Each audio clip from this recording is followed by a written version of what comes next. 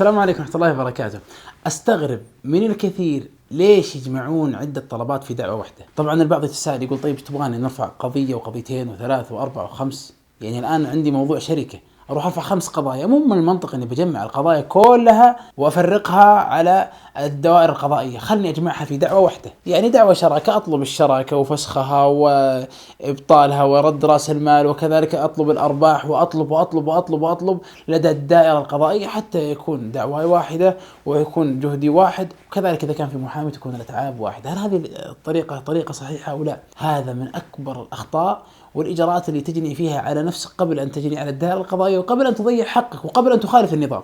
طبعا أولا هذه الطريقة مخالفة للنظام، النظام نص لابد أن لا تجمع بين عدة طلبات لا رابط بينها في دعوة واحدة. يعني بتربط مثلا تجي تقول أطلب فسخ الشراكة ورد رأس المال، لأنك إذا فسخت الشراكة بترد رأس المال في الغالب، أو تقول أطلب إثبات تملك للعقار والإفراغ، هذه بينها رابط، أو أطلب مبلغ كذا وكذا وكذا وكذا كلها مبالغ مدفوعة كقرض للمدعى عليه، هذه بينها رابط. أما أن تجمع بين دعاوى لا رابط بينها أو طلبات لا رابط بينها فهذا لا يقبله النظام، حتى لو كان الموضوع واحد لا يقبله النظام. وحتى لو قبلت الدائرة القضائية، بعض الدوائر القضائية قد تتجوز في قبول عدة الطلبات في موضوع واحد، لكن هذا ليس من صالحك. إذا نقول الجانب الأول أنه مخالف للنظام، الجانب الثاني ليس من صالح الدعوة أن يجمع فيها بين عدة طلبات. ليش؟ هذا سيشتت الدائرة القضائية ويشتتك في الدعوة، وكذلك يكون مدخل لخصمك في تشتيتك وتشتيت الدائرة القضائية.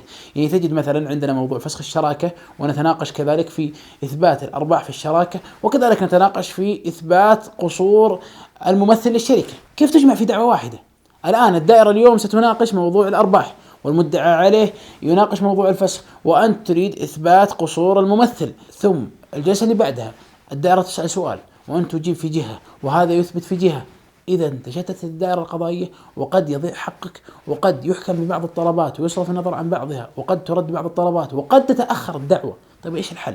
الحل نأتي إلى قضية من القضايا، نفهرس ونفدرك القضية، ثم نخرج بالطلبات المطلوبة 1 2 3 4. طبعا التجميع اللي نجي نقول وكذا وكذا وكذا كل شيء يطلب نطلبه، لا، نحصر الطلبات الرئيسية، ثم بعد ما نحصر الطلبات الرئيسية نشوف وش اللي يصلح أن يجمع في دعوة واحدة نحطه في دعوة واحدة، واللي يكون في دعوة ثانية في دعوة ثانية، ودعوة ثالثة دعوة ثالثة.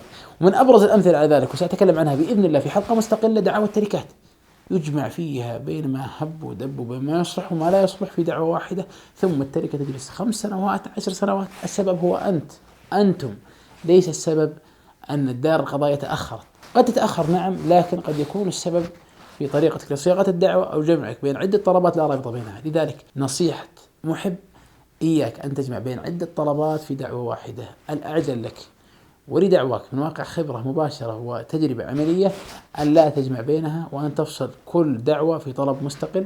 هذا هو الذي يوصلك الحق المنشود والهدف المقصود من إقامة الدعوة. وفقني الله وإياكم. السلام عليكم ورحمة الله وبركاته.